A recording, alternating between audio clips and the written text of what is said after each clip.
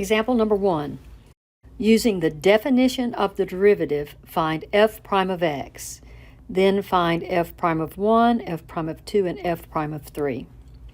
So remember that the definition of the derivative is the limit as h goes to 0, f of x plus h minus f of x divided by h. When we're doing the derivative, we're finding the slope of the tangent to a curve. So let's say I have a curve like this, and it's going to be at a specific point. And so what we're doing is we're taking this first value x, we're moving over a distance of h to x plus h. That's the distance between the first point and the second point. But we're letting h go to 0, so we're moving this point closer and closer and closer. So instead of a secant line, we will have the slope of a tangent line. And that's the rate of change at an instant. So it's not between 2 points, it's at a specific instant. And so that's called the derivative, or the instantaneous rate of change. Those are the same thing. So to find the derivative, we complete the limit as h approaches 0 for that. So the limit as h approaches 0, well, we have to use the definition to find that.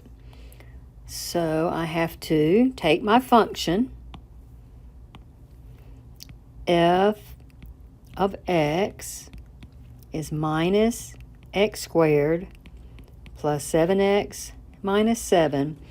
The first thing I have to do is evaluate it at x plus h, and this is the most complicated part. Now, anytime you're going to substitute a variable expression, or a negative number for that matter, my advice is to start wherever you have an x, you put a set of empty parentheses. And in that, you put the number or the expression that you're trying to evaluate it for.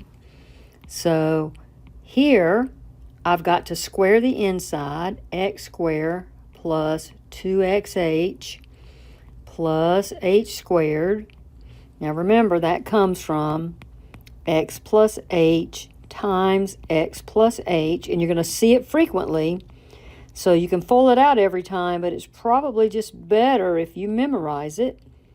X squared plus 2xh plus h squared. Then I've got this plus 7x, and I'm going to go ahead and distribute 7h minus 7. And don't forget, there is a minus sign here. That's the trickiest part. It has to be distributed out after you've squared it. So now, for f of x plus h only, I have minus x squared minus 2xh minus h squared plus 7x plus 7h minus 7. So that is only this part of the formula. Now from that, I'm supposed to subtract away anything from the original function. So the original function is a minus x squared, a plus 7x, and a minus 7. But because I've got this minus sign here, it's distributed to all those terms. So each of those are going to have a sign change. And then you'll notice that anything that was in the original function is going to be eliminated.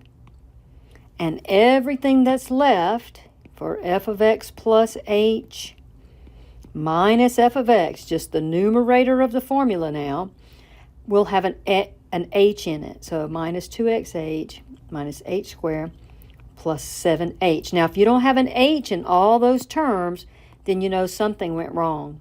H, and h. Everything without an h should be eliminated, and everything that remains should have an h. Now, finishing out this formula, remember this is my entire formula here, I've got to divide everything by h.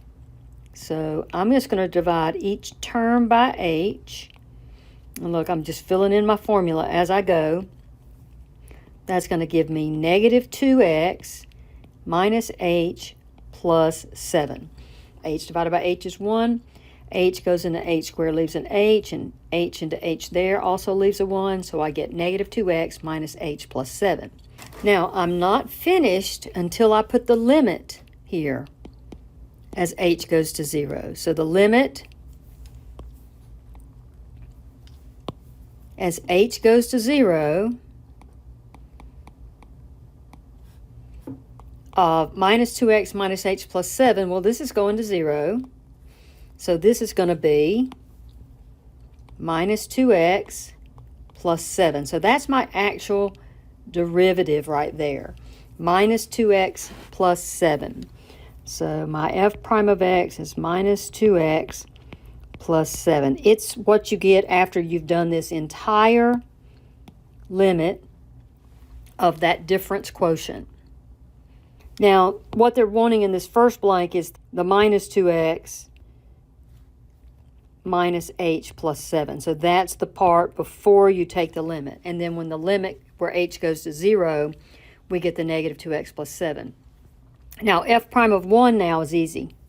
F prime of 1 just means negative 2 times 1 plus 7. So that's negative 2 plus 7 is 5. F prime of 2, same thing. Negative 2 times 2 plus 7. Negative 4 plus 7 is 3. And then f prime of 3. Negative 2 times 3 plus 7. Negative 6 plus 7 is 1. So those are your instantaneous rates of change for that function at 1, 2, and 3.